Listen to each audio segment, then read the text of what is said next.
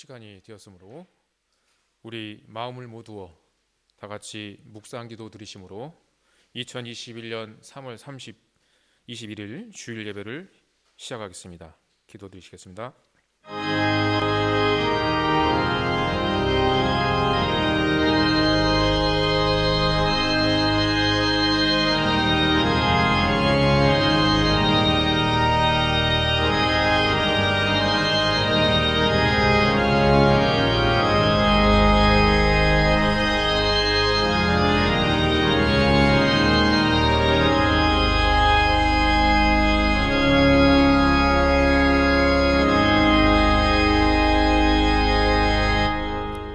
생명의 근원이시고 만물의 창조자이시며 우리의 주인 되시는 하나님 아버지, 귀한 주일 성일 허락하시어 주님 전에 나와 감사와 찬양으로 온전히 주님께 예배드리게 해주심을 감사드립니다.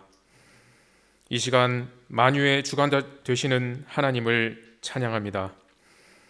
온 세상의 법과 세상의 법을 다스리시는 공의로운 하나님을 찬양합니다. 하나님의 의를 떠나 죄와 사망의 권세에서 종로로 탈 수밖에 없는 저희들을 위해 독생자 예수 그리스도를 십자가에 죽기까지 구원하심으로 주님의 사랑을 확증하셨음에 이 시간 신령과 진정으로 예배드리오니 주님 기쁘게 흠양하여 주시옵소서. 저희들을 주님의 자녀로 삼으시고 주님의 영광과 함께 새롭게 하심을 감사 찬양합니다. 오늘 이 예배가 온전히 주님께만 연락되기를 간절히 원하오니 주님 홀로 영광 받으시옵소서. 감사드리오며 사랑의 예수 그리스도 이름 받들어 간절히 기도 올리옵나이다. 아멘. 다 같이 자리에서 일어서셔서 찬송가 151장을 마음으로 부르시겠습니다.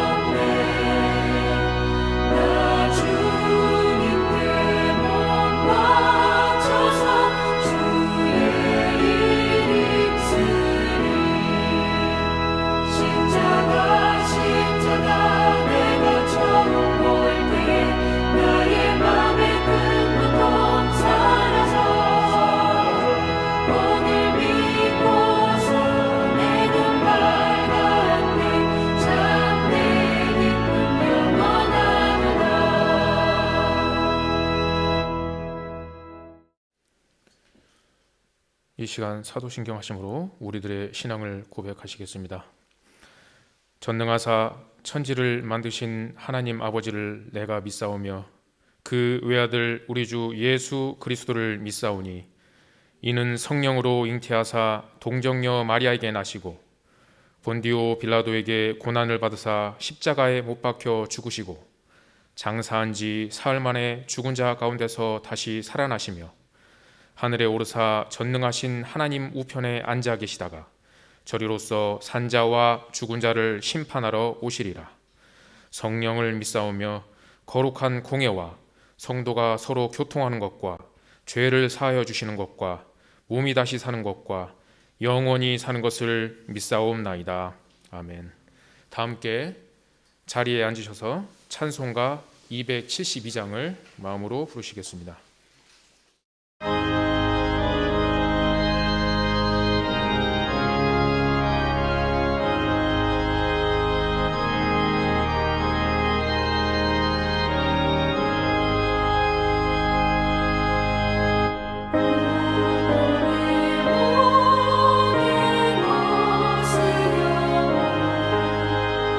예수 그로 나아갑니다.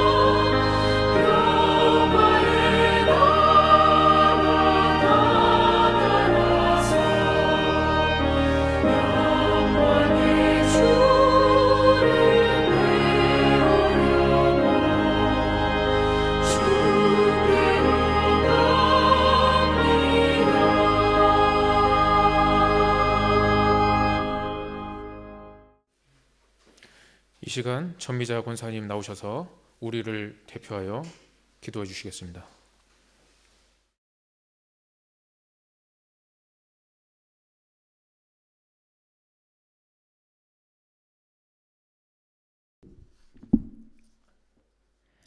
다 같이 기도드리겠습니다.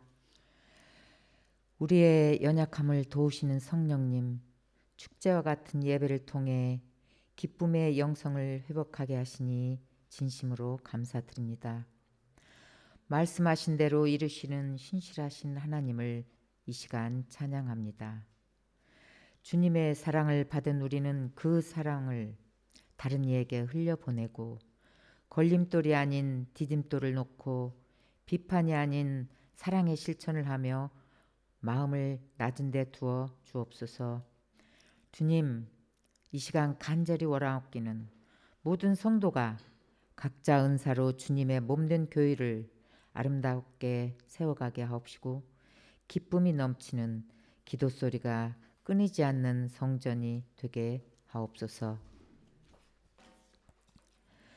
너희 구원을 이루라는 말씀으로 목사님께서 말씀 전하실 때 많은 은혜를 받고 이웃과 형제를 향한 사랑, 그리스도의 사랑은 모든 위로와 소망의 굳건한 토대라는 것을 깨닫게 하옵소서. 주님, 이 시간 회개합니다. 정직히 행한 날도 있었지만 그렇지 못한 날도 많았음을 고백합니다. 불평, 원망, 낙심, 좌절은 하나님의 은혜를 망각하는 데서 온다 하였습니다. 주일 예배를 위해 헌신하신 많은 교우들, 뛰어난 재능으로 헌신하신 형제 자매들, 보이지 않게 봉사하시는 모든 성도님들, 큰 축복과 건강을 주시옵소서. 이 시간 모든 예배를 주님께 드리며 놀라운 축복의 문을 열게 하시는 예수님 이름으로 기도드렸습니다. 아멘.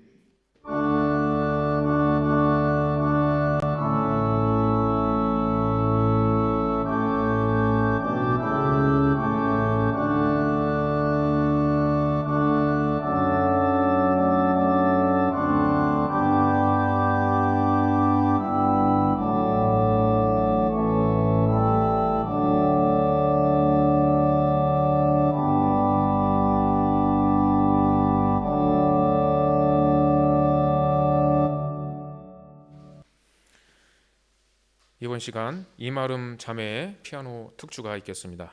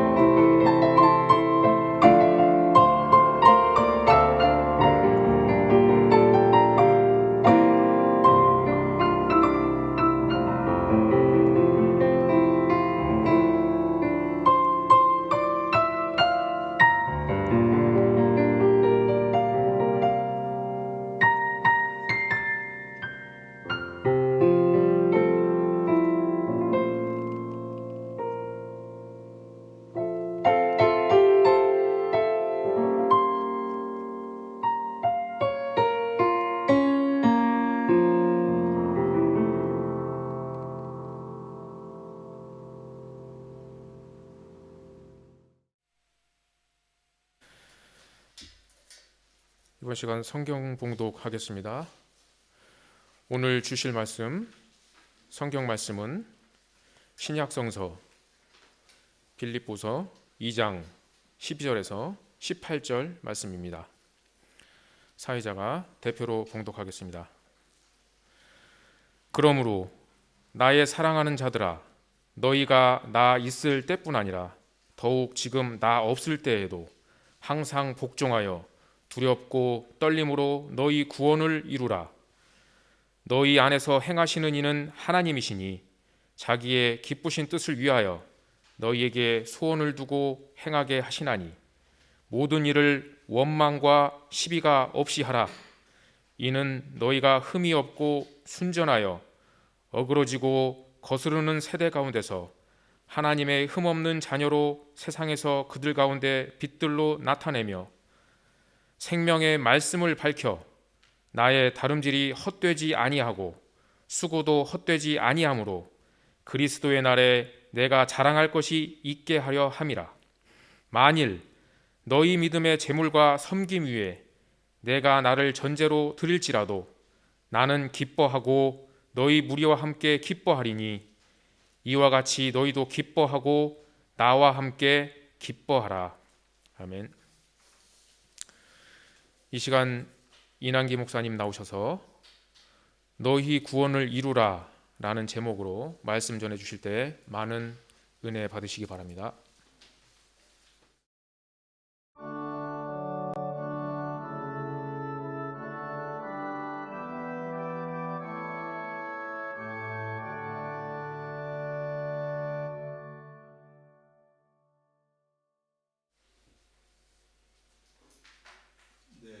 학생이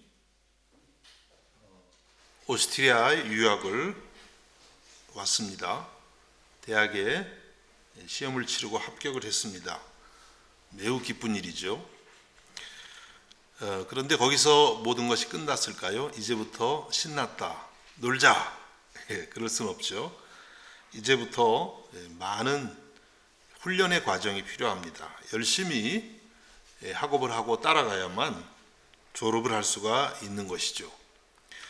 하나님께서 우리를 부르신 것도 이와 비슷하다고 생각이 됩니다. 우리는 예수님을 구주로 믿어서 하나님의 자녀가 되었습니다. 그런데 여기서 모든 게 끝난 것이 아니라는 것입니다. 이제부터 예수님을 닮아가야 되는 그런 과제가 우리에게 있다고 하겠습니다. 이것을 우리가 보통 그리스도인의 성화 이렇게 말합니다. 그리스도를 닮아서 거룩해지는 그런 삶이라고 말씀하는 것입니다. 그래서 성경은 우리가 받은 구원을 세 가지 시제 아시죠? 시간, 세 가지 시간으로 표현합니다. 과거에 내가 예수님을 믿어서 이제 구원받은 하나님 자녀가 된 과거의 구원. 그 다음에는 내가 현재 예수님을 믿으면서 현재 진행형으로 변화되어가는 그런 구원. 그 다음에는 미래에 예수님이 다시 오실 때에 나의 썩은 몸도 다시 부활해서 주님을 만나는 그런 미래의 구원. 과거, 현재 진행, 또 미래의 구원을 말합니다. 오늘 우리가 읽은 본문에서는 현재 진행형의 구원을 말씀하고 있습니다. 빌립보서 2장 12절입니다. 그러므로 나의 사랑하는 자들아, 너희가 나 있을 때뿐 아니라 더욱 지금 나 없을 때에도 항상 복종하여 두렵고 떨림으로 너희 구원을 이루라. 이렇게 말씀하고 있습니다. 너희 구원을 이루라. 현재 진행형 구원을 말씀합니다. 무슨 뜻입니까? 빌립보 성도들은 이미 예수님을 믿어서 구원을 얻었습니다. 하나님 자녀가 되었습니다. 그런데 이제 날마다 그들의 삶 속에서 예수님을 닮아가는 그런 성화의 과정에 성실하라고 말씀하고 있는 것입니다.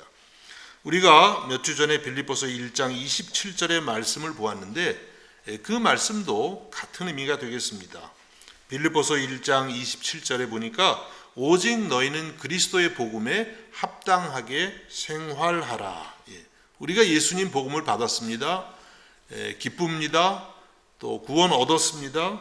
그런데 우리는 이제는 그리스도의 복음에 합당한 그런 삶을 살아가야만 한다는 것이에요.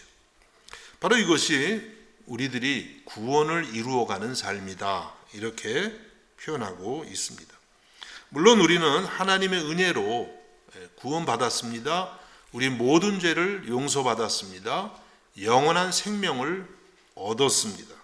그러나 날마다 우리의 삶이 변화되어가는 그러한 구원을 이루라고 말씀하십니다. 어떻게 이와 같은 구원을 이루어가는 삶을 살아갈 수가 있을까요? 몇 가지로 나누어 말씀드리면, 첫 번째는 항상 복종하여 두렵고 떨림으로 이루라고 말씀하십니다.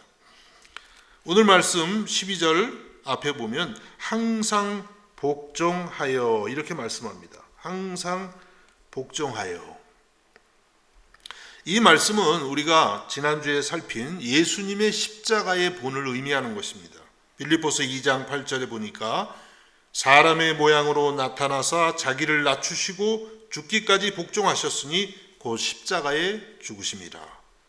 예수님이 하나님과 동등하신 분이지만 그 모든 것을 다 포기하고 낮아지셔서 어디까지 낮아지셨냐면 십자가에 죽기까지. 이것은 예수님께서 하나님 아버지의 뜻에 철저하게 복종한 것을 의미합니다. 이 본을 따라서 우리들도 하나님의 뜻에 복종하는 삶을 항상 힘쓰라는 것이죠. 여러분이 하나님을 믿으면서 제일 힘든 일이 무엇입니까? 제 생각에는 하나님 뜻에 복종해서 살아가는 게 가장 힘든 것 같습니다. 왜냐하면 우리가 예수님 믿었지만 우리 안에 여전히 하나님을 거스르는 죄성이 많이 남아있기 때문인 것이죠. 틈만 나면 우리는 하나님 뜻을 거스리는 것을 좋아합니다. 그런데 이와 같은 문제는 우리만 있는 것이 아니라 사실은 이 편지를 쓰고 있는 사도 바울에게도 있었습니다. 사도 바울은 로마서 7장 19절에서 이와 같이 고백합니다. 내가 원하는 바 선은 행하지 아니하고 도리어 원하지 아니하는 바 악을 행하는도다. 사도 바울의 고백입니다. 내가 원하는 바 선은 행하지 아니하고 하나님의 뜻에 따라 선하게 살고 싶은데 그게 안 된다는 거예요. 도리어 원하지 아니하는 바 악을 행하는도다. 하나님이 원치 않는 악으로 나아가는 자신을 바울은 고백을 하는 것이에요. 사도 바울입니다. 사도 바울과 같은 분도 이와 같이 자기의 모순을 생각하면서 괴로워하는 그런 고백을 하고 있습니다. 그래서 우리는 언제나 주님의 본을 늘 바라보야만 합니다. 우리가 하나님을 위해서 큰 비전을 가질 수도 있고 또 큰 일도 계획할 수가 있겠습니다. 그러나 이 모든 것보다 더 중요한 것은 주님의 뜻에 복종하는 것입니다. 주님의 뜻이 나와 맞지 않을지라도 따르는 것이죠. 하나님께서 여러분에게 큰 일이 아니라 아주 작은 일에 충성하라고 할지라도 복종하는 것입니다. 또 하나님께서 심지어 우리에게 십자가까지 낮아지라고 그렇게 하실지라도 복종하는 것입니다. 그래서 주님의 뜻을 따라가는 것은 결코 쉬운 일은 아닙니다. 그렇기 때문에 우리는 언제나 예수님의 겟세마네 동산의 기도를 마음에 품고 주님을 따라 기도해야 되는 것입니다. 예수님께서 십자가의 죽으심을 앞두고 이렇게 기도하셨습니다. 누가복음 22장 42절에 이르시되 만일 아버지의 뜻이거든 이 잔을 내게서 옮기시옵소서. 그러나 내 원대로 마옵시고 아버지의 원대로 되기를 원하나이다 하시니. 예수님도 십자가를 지는 것이 너무 힘드신 일이었어요. 고통스러운 일이셨습니다. 그래서 처음에는 아버지 이 십자가의 잔, 고통의 잔 하실 수만 있으면 나에게서 옮겨달라고 그렇게 기도하셨습니다. 그러나 결국은 내 원대로 마옵시고 아버지의 원대로 되기를 원합니다. 이렇게 주님이 기도하신 것입니다.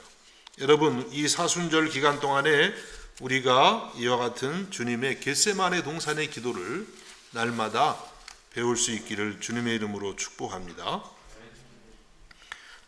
자, 그리고 복종하라고 하셨는데 또 어떻게 복종하라고 하셨냐면 항상 복종하여 두렵고 떨림으로 너희 구원을 이루라. 두렵고 떨리는 마음으로 복종하라고 말씀하셨어요. 여러분, 두렵고 떨린다. 이것은 무슨 뜻일까요? 이것은 공포에 겁에 질린 그런 두려움은 아니겠죠. 왜냐하면 우리가 하나님을 믿으면 우리는 모든 두려움에서 해방되기 때문입니다. 온 천하보다 나를 더 사랑하시는 하나님을 우리가 믿는다는 것은 이 세상에 두려울 것이 전혀 없어라. 이런 고백을 하는 거예요. 여러분이 예수님 믿으면 세상에 그 어떤 것도 두려워할 필요가 없어요. 왜냐하면 예수님이 여러분을 자기 생명보다 더 사랑하시기 때문인 것이죠. 그래서 여기서 두렵고 떨림이라고 하는 이 뜻은 그냥 무서운 어떤 공포 이런 것이 아니라 크신 하나님, 거룩하신 하나님을 경외하라, 이런 뜻이 되겠습니다. 하나님은 여러분 이런 점에서는 정말 두려운 분입니다. 마태복음 10장 28절에 예수님께서 몸은 죽여도 영혼은 능히 죽이지 못하는 자들을 두려워하지 말고 오직 몸과 영혼을 능히 지옥에 멸하실 수 있는 이를 두려워하라, 이렇게 말씀했어요. 하나님이 얼마나 무서운 분입니까? 몸과 영혼을 지옥에 멸하실 수 있는 하나님. 그래서 우리는 하나님을 생각할 때에 하나님의 두 가지 면을 균형 있게 생각해야 돼요. 하나님은 사랑의 하나님입니다. 여러분을 위해서 자기 아들을 내어주시기까지 하신 사랑의 하나님이에요. 또 한편 하나님은 거룩하신 하나님이십니다. 그래서 그분을 믿지 않는 사람들을 능히 지옥에 멸하실 수 있는 분이라고 이렇게 말씀하고 있습니다. 우리는 그 하나님을 두려워하는 마음으로 섬기면서 그분의 뜻에 복종해야 된다는 것입니다. 또 하나님은 비록 구원받은 그의 자녀일지라도 잘못하면 징계하시는 분입니다. 히브리서 12장 6절에 보니까 주께서 그 사랑하시는 자를 징계하시고 그가 받아들이는 아들마다 채찍질 하심이라 하였으니, 하나님은 잘못하는 우리 하나님의 자녀들 비록 사랑하시지만 사랑하기 때문에 징계한다는 거예요. 채찍질까지도 하신답니다. 얼마나 무섭습니까? 그래서 우리는 하나님이 사랑이라고 해서 아무렇게나, 그렇죠? 방자한 그런 모습으로 살아서는 안 된다는 거예요. 여러분, 하나님을 날마다 이렇게 참 두려워하고 떠는 마음으로 섬기면서 주님의 뜻을 복종할 수 있기를 간절히 바랍니다. 무엇보다도 여러분에게 맡겨주신 사명을 두렵고 떨림으로 감당해야 됩니다. 저도 비엔나 장로교에 오면서요, 처음에는 얼떨결에 그냥 온 것 같아요, 솔직히. 그런데 한 주, 두 주 지나니까 두렵고 떨리는, 말씀을 보니까 내가 두렵고 떨림으로 감당해야 되는데 나 너무 지금 방자한 거 아니야? 죄송합니다. 그런 생각이 들더라고요. 두렵고, 하나님이 참 이번 주에 저에게 말씀을 주셨어요. 두렵고 떨림으로 감당해라. 여러분에게 주신 각자의 사명이 다 있어요. 성도, 성경에서 여러분을 거룩한 성도라고 부르거든요. 그 자체가 직분이에요. 교회에서 꼭 어떤 직분 타이틀을 가져서가 아니라 모든 성도는 다 직분자입니다. 성도. 크게 보면 또 예수님의 복음을 온 세계에 전해야 하는 그런 사명이 우리 누구에게나 있습니다. 또 교회를 각자 맡은 은사대로, 각자 받은 은사대로 섬겨야 되는 사명이 있어요. 가정과 세상 속에서 빛이 되어야 하는 사명이 우리에게 다 있습니다. 이 사명을 소홀히 하지 말고 두렵고 떨림으로 감당해야 된다는 거예요. 여러분, 구약에 보면, 창세기에 보면 이삭에게 쌍둥이 두 아들이 있었습니다. 쌍둥이지만 에서가 먼저 나왔기 때문에 장자고 야곱이 동생 차자였습니다. 하루는 에서가 사냥을 하고 집에 돌아왔는데 너무 배가 고팠어요. 근데 마침 동생 야곱이 팥죽을 끓이고 있었어요. 팥죽 좋아하시나요? 얼마나 배고플 때 맛있겠어요. 그래서 에서가 그 죽 좀 줘. 그랬더니 동생이 뭐라고 했냐면, 내가 이 죽을 형에게 주는 대신에 형이 갖고 있는 장자권을 나에게 줘. 이렇게 한 거예요. 에서가 그런데 그만 그 팥죽 한 그릇 때문에 자기의 장자권을 동생에게 주고 맙니다. 왜 그렇게 했을까요? 창세기 25장 34절에 보니까 야곱이 떡과 팥죽을 에서에게 주매 에서가 먹으며 마시고 일어나 갔으니 에서가 장자의 명분을 가볍게 여김이었더라. 에서가 장자의 명분, 하나님께서 주신 그 장자의 명분을 소홀히 경홀히 여겼다는 거예요. 두렵고 떨리는 마음으로 지키질 못한 것이죠. 그 결과 에서는 모든 하나님의 축복을 다 야곱에게 빼앗기고 마는 것입니다. 여러분, 여러분에게 주신 사명 그 어떤 것일지라도 아무리 작아 보일지라도 결코 소홀히 여기지 마시기를 바랍니다. 두렵고 떨리는 마음으로 날마다 감당할 때에 하나님이 여러분에게 주신 그 구원을 이루어가게 되는 줄로 믿습니다. 이제 두 번째는 우리의 구원을 이루는 것은 원망과 시비가 아니라 감사의 삶을 훈련하라고 말씀해요. 오늘 13절과 14절을 보니까 너희 안에 행하시는 이는 하나님이시니 자기의 기쁘신 뜻을 위하여 너희에게 소원을 두고 행하게 하시나니 모든 일을 원망과 시비가 없이 하라. 사도 바울은 빌립보 성도들에게 모든 일을 원망과 시비가 없이 하라고 말씀하십니다. 원망을 하면 시비가 생기죠. 다툼이 생깁니다. 이 말씀은 또 달리 생각해 보면 빌립보 교회 안에 원망과 그로 인한 다툼이 있었다는 것이죠. 말씀드린 것처럼 빌립보 교회는 상당히 훌륭한 교회였습니다. 사도 바울의 유럽 선교에 아주 전적으로 헌신했던 그런 교회였습니다. 그런데 그곳에서도 원망과 시비가 있었습니다. 사람이 모이는 곳이면 어쩔 수가 없는 것 같습니다. 가정에도 교회에도 학교나 직장에도 또 국가에는 더 말할 거 없죠. 원망과 시비가 끊이지 않고 있습니다. 이 세상, 우리가 살아가는 세상은 원망과 시비가 끊임없이 일어나는 그런 곳입니다. 그런데 하나님은 우리를 부르셔서 원망과 시비를 하지 말라고 말씀하십니다. 여러분, 성경을 보면 하나님은요, 원망을 정말 싫어하십니다. 구약시대 보면 이스라엘이 광야에서 멸망한 이유가 무엇인가요? 원망했기 때문이에요. 사람에게 원망했는데 그것이 사실은 사람에게 한 원망이 아니라 하나님께 한 원망이라는 거예요.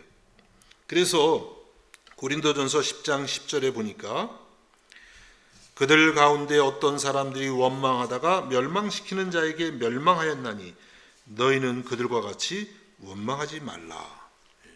하나님은 원망하는 자들을요, 멸망시키신다는 거예요. 여러분, 이와 같은 징계를 우리는 당하지 않도록 원망이 아니라 감사를 날마다 배워갈 수 있기를 간절히 바랍니다. 지금 코로나 상황인데요, 이럴 때에는 원망하기가 참 쉽죠. 원망이 배가 되는 상황이 될 수도 있습니다. 그러나 하나님은 이러한 상황에서도 감사하라는 거예요. 이런 상황에서 감사해야 진짜 감사라는 것이죠. 여러분, 데살로니가전서 5장 18절 잘 아시죠? 범사에 감사하라. 이것이 그리스도 예수 안에서 너희를 향하신 하나님의 뜻이니라고 말씀하고 있습니다. 범사에 감사하라. 범사가 무슨 사입니까? 모든 일, 어떤 상황에서나 감사라는 것이죠. 여러분, 이제 우리가 이 예배를 드리고 세상을 나가면 원망할 일이 하루에도 수없이 생깁니다. 저도 생기더라고요. 수없이 생겨요. 가정에서, 교회에서, 또 학교에서, 직장에서 원망, 불평할 일이 얼마나 많이 생기는지 모릅니다. 그런데 그 모든 상황에서 하나님은 감사를 하나님께 드리라고 말씀합니다. 여러분, 우리의 신앙의 지수가 있다면, 신앙이 얼마나 되나 잴 수 있다면 그 기준이 무엇일까요? 그 기준이 감사라고 합니다. 내 안에 감사의 정도를 살펴보면 내 신앙을 측정할 수 있다는 거예요. 그래서 감사가 차고 넘치면 신앙 지수가 그래도 괜찮구나. 한번 살펴보세요. 여러분, 교회 오셨는데 눈보라 친다고 좀 불평하시지 않았나요? 또 내 안에 원망과 불평이 자꾸 나와요. 이게 억누를 수가 없이 나와요. 그러면 내 신앙의 지수가 지금 아주 떨어졌구나. 이렇게 판단하시고 우리들이 회개하고 반성하고 감사해야 되는 것입니다. 오늘 본문 13절에서는 이제 교회 공동체 안에서 원망과 시비가 없이 함께 더불어 살아가는 구체적인 방법을 말씀해 주고 있습니다. 그것은 뭐냐면 모든 구성원이 하나님의 소원을 따르는 것입니다. 13절을 봅니다. 너희 안에 행하시는 이는 하나님이시니 자기의 기쁘신 뜻을 위하여 너희에게 소원을 두고 행하게 하시나니. 너희 안에 행하시는 이, 이것은 우리 개인일 수도 있지만 또 빌립보 교회 공동체를 의미합니다. 빌립보 교회 안에서 행하시는 이는 하나님이시라는 거예요. 여러분, 우리가 교회를 이렇게 들어오면 사람이 보이죠. 그러다 보면 사람이 교회를 다 이렇게 하는 것 같은 생각이 들 수가 있어요. 그런데 오늘 말씀 보니까 교회 안에서 행하시는 분은 하나님이세요. 그래서 여러분이 이 교회를 예배를 이렇게 나올 때는 하나님이 계시는구나, 하나님이 또 우리 가운데 행하시는 분이구나, 이것을 우리가 늘 인식해야 된다는 거예요. 그래야만 우리가 원망과 시비를 줄여갈 수 있습니다. 여러분, 예를 들어서 가정에 부모님이 계실 때 어떻게 합니까? 부모님 계시는데 함부로 싸우고 큰 소리 치고 욕하고 그럴 수 있나요? 그럴 수 없죠. 그런 사람을 뭐라고 하나요? 호로 어쩌고 이렇게 하잖아요. 큰일 나는 거죠. 마찬가지입니다. 하나님이 계신다고 생각하면은 정말 두렵고 떨리는 거예요. 말을 함부로 할 수 없습니다. 생각도 우리가 마음대로 할 수가 없습니다. 또 이 하나님께서는 우리에게 소원을 두고 행하게 하신다 그랬어요. 소원을 주신다는 거예요. 하나님의 원하시는 바를 우리에게 주신다고 하십니다. 그래서 우리는 교회 구성원들은 다 내 뜻을 버리는 연습을 해야 돼요. 그리고 하나님의 뜻이 무엇입니까? 묻는 훈련이 필요합니다. 그때 우리가 어떤 일을 결정하거나 행할 때 한마음 한뜻이 되는 것입니다. 저도 교회 일을 하면서 제 소원이 앞설 때가 많아요. 여러분이 보실 때 좀 목사님 굉장히 차분해 보이는데 아닌가요? 절대 안 차분하고 사실 좀 급한 면이 오히려 더 많아서요. 어떤 일을 정할 때 굉장히 이렇게 많이 앞서갑니다. 그리고 막 이제 일을 했는데 조금 뒤 돌아서 나중에 보면 전부 내 욕심이었던 거예요. 얼마나 그때 부끄러운지. 여러분에게 다 말할 수는 없지만 참 부끄럽구나 이런 생각을 하죠. 여러분, 나의 욕심을 내려놓을 때 하나님의 소원이 보여요. 절대 그렇지 않으면 안 보입니다. 물론 우리는 내 욕심대로 내 의지대로 막 할 때가 있죠. 그러나 항상 우리가 마음을 비우고 하나님이 뭐라고 말씀하시는가, 하나님이 여기에 대해서 어떻게 말씀하시는가, 우리가 갈등하는 것에 대해서 하나님은 어떻게 말씀하시는가, 그것을 늘 구하고 또 그 뜻에 언제든지 순종할 수 있는 그런 마음의 자세를 가질 수 있기를 주님의 이름으로 축복합니다. 그 다음 세 번째는요, 우리 구원을 이루기 위해서는 세상에서 빛이 되는 그런 훈련이 우리에게 필요합니다. 15절 말씀에 보니까 이는 너희가 흠이 없고 순전하여 어그러지고 거스르는 세대 가운데서 하나님의 흠없는 자녀로 세상에서 그들 가운데 빛들로 나타내며. 바울 사도께서 오늘 이 말씀에서 세상에 대한 정의를 내려줘요. 세상은 어떤 세상입니까? 어그러지고 거스르는 세대.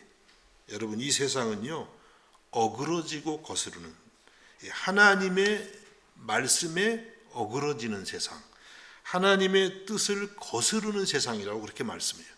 그러니까 여러분이 세상을 볼 때 너무 긍정적으로, 너무 낙천적으로 이렇게 생각하시면 안 됩니다. 그러면 크게 호되게 여러분이 당할 수가 있죠. 세상은 늘 하나님을 거스리는 그런 곳이 세상이에요. 또 그런 걸 볼 때 그래서 우리가 너무 지나치게 또 당황할 필요도 없습니다. 그런데 이런 세상에서 하나님께서 우리를 부르셔서 뭐라고 말씀하시냐면 하나님의 흠없는 자녀로 세상에서 그들 가운데 빛들로 나타내며, 이 세상에, 어두운 세상에 빛이 되라, 그 목적을 위해서 우리를 부르셨다고 말씀하고 있습니다. 그래서 우리가 구원을 얻은 것은 단순히 개인적인 차원에 머무르는 것은 아닙니다. 또 우리 교회만의 차원에 머물러서도 안 됩니다. 어두운 세상에 빛이 되는 그런 차원이 우리에게 필요하다는 것이죠. 여러분, 우리가 세상에 나가면요, 사람들은 우리를 주목하고 있어요.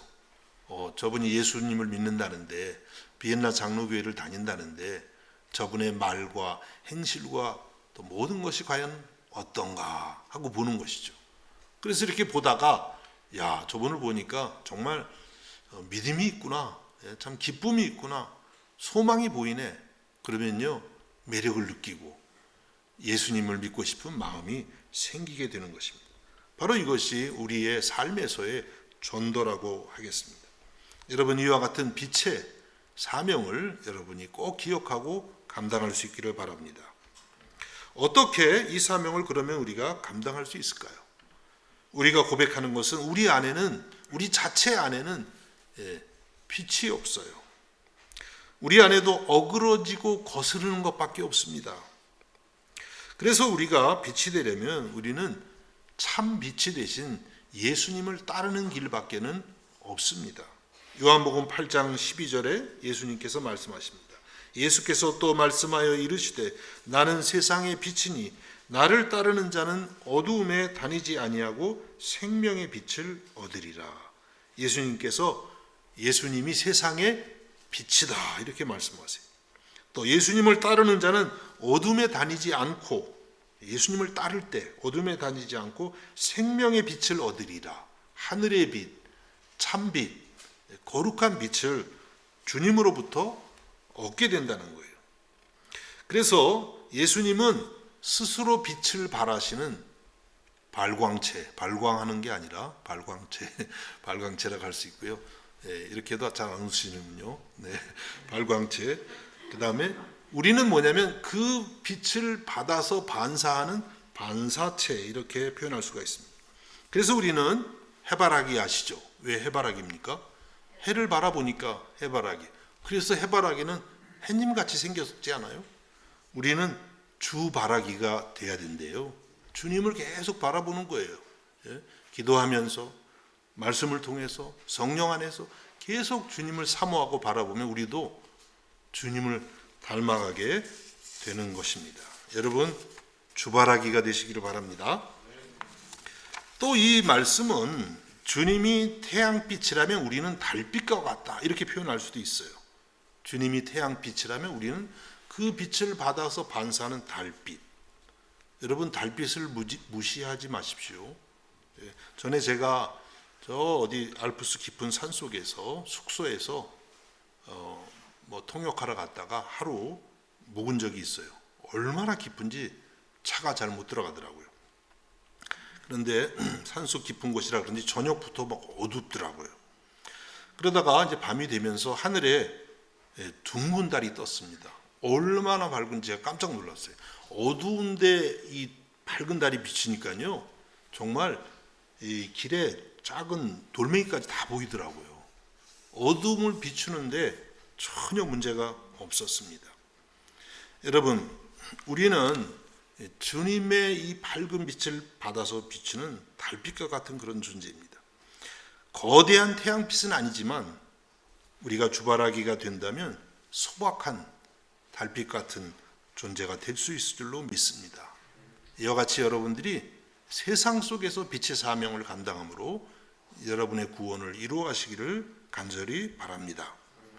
마지막으로 간단하게 하나만 더 말씀드리면, 우리가 구원을 이룬다는 것은 우리가 예수님 앞에 섰을 때에 자랑할 것을 준비하는 삶을 살라고 하세요. 오늘 16절에 보니까 생명의 말씀을 밝혀 나의 다름질이 헛되지 아니하고 수고도 헛되지 아니하므로 그리스도의 날에 내가 자랑할 것이 있게 하려 함이라. 사도 바울은 빌립보 교회를 위해서 수고한 그런 모든 것들이 헛되지 않아서 그들이 정말 주님을 닮아가는 성도들이 되어서 예수님이 오실 때 주님 앞에 섰을 때 자랑하고 싶은 거예요. 주님 보세요. 이 빌립보 교회를 보십시오. 제가 이렇게 수고했는데 그들이 주님을 닮았습니다. 그게 자랑하고 싶다는 거예요. 우리들도 그런 자랑하면 얼마나 좋을까. 주님 앞에 섰을 때 주님, 제가 비엔나 장로교회 수고했고 섬겼는데 이들을 보세요. 근데 주님 모실 때 너무 마음에 안 든다 그러면 큰일 나는 거죠. 예, 주님을 닮은 여러분들의 수고를 통해서 그것이 우리의 자랑이라는 거예요. 사도 바울은 데살로니가 전서 2장 19절과 20절에서도 같은 고백을 합니다. 우리의 소망이나 기쁨이나 자랑의 면류관이 무엇이냐? 그가 강림하실 때 우리 주 예수 앞에서 너희가 아니냐? 너희는 우리의 영광이요 기쁨이니라.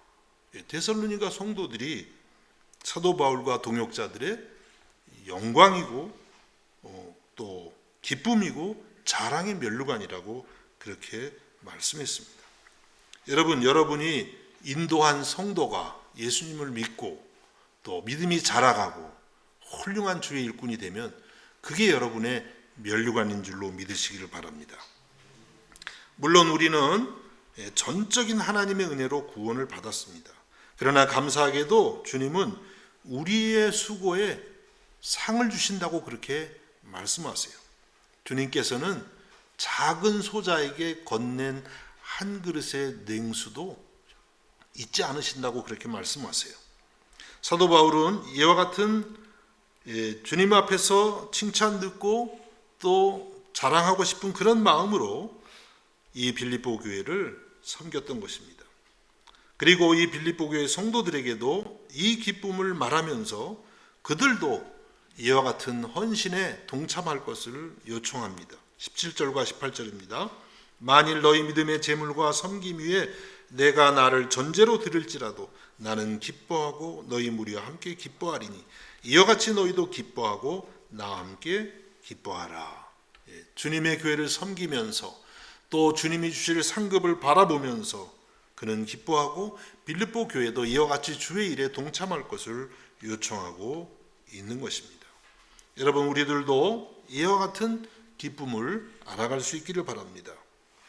주님은 약속하십니다. 다니엘서 12장 3절에 보니까 지혜 있는 자는 궁창의 빛과 같이 빛날 것이요 많은 사람을 옳은 대로 돌아오게 한 자는 별과 같이 영원토록 빛나리라.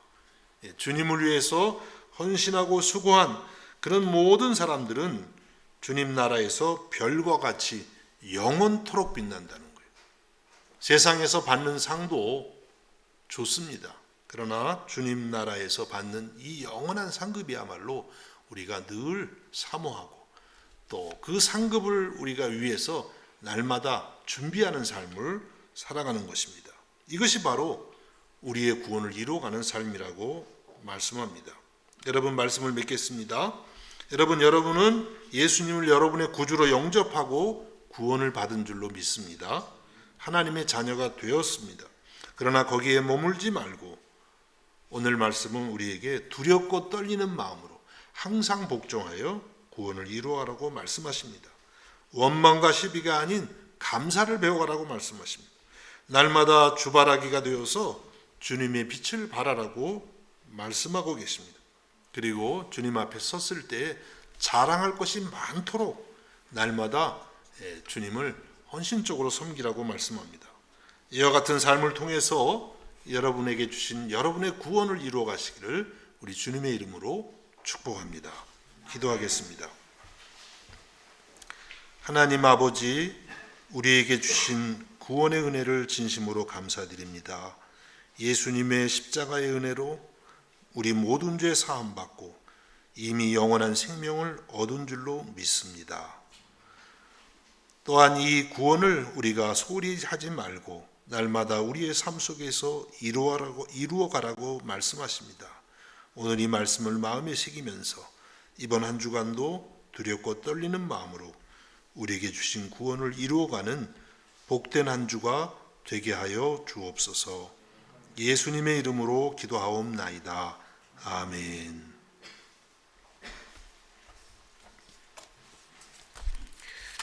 우리 찬송가 549장 찬송하겠습니다.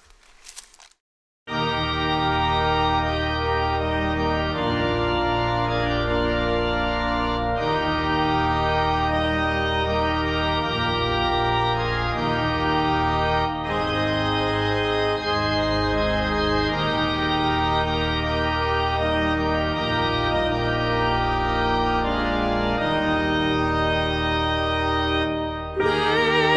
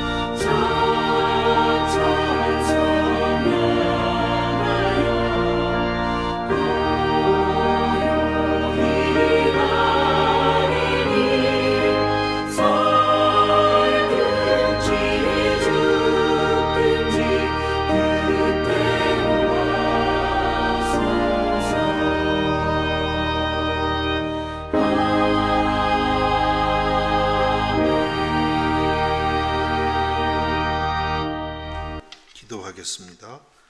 하나님 아버지, 감사드립니다. 오늘도 아버지의 집에 나와 아버지 앞에 또 우리 주님 앞에 무릎을 꿇었습니다. 우리의 몸과 마음을 드립니다. 정성을 드립니다.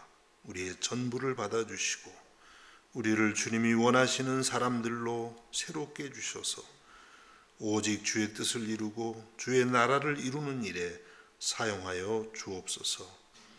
여러 가지 제목으로 주님 앞에 예물을 드렸습니다. 드린 모든 성도들의 손길과 그 마음을 기억해 주시고 축복하셔서 마음의 평안을 더해 주시고 행하는 모든 일마다 하나님께 영광되게 하여 주옵소서. 예수님의 이름으로 기도하옵나이다. 아멘.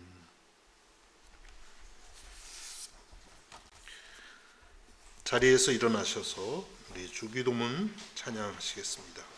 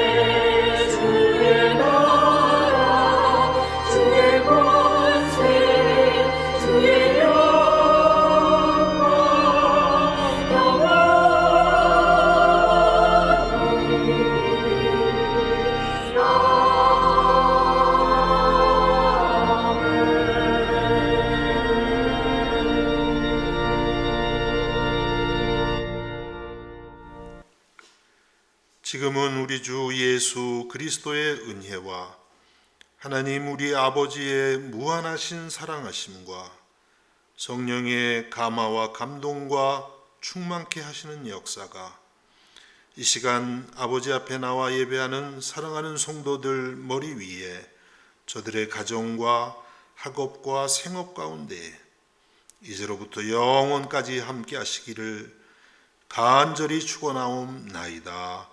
아멘.